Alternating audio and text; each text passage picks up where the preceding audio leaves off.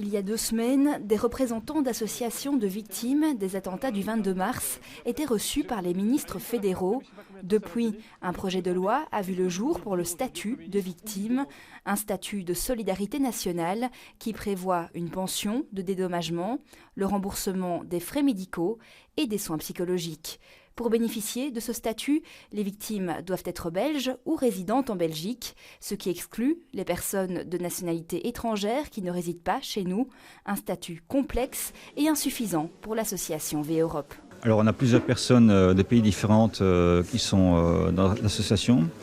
Le problème c'est effectivement qu'ils sont dans l'autre pays, ils ne sont pas résidents en Belgique, leur vie a été changée du jour au lendemain. Ils sont loin de tout. Donc il faut que ces gens-là soient bien accompagnés, qu'ils sont certains que tout ce qui met en route, la procédure, etc., qu'ils ne sont pas oubliés. Le projet de loi sera bientôt présenté au Parlement. Il pourrait faire l'objet d'amendements.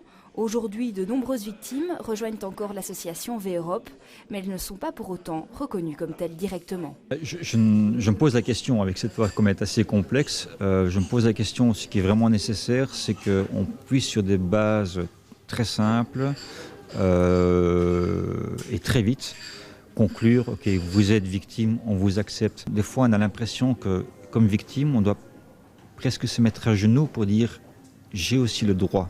Le 22 mars, de nombreuses commémorations auront lieu. Plusieurs associations réfléchissent aujourd'hui à un statut européen de victime d'actes terroristes.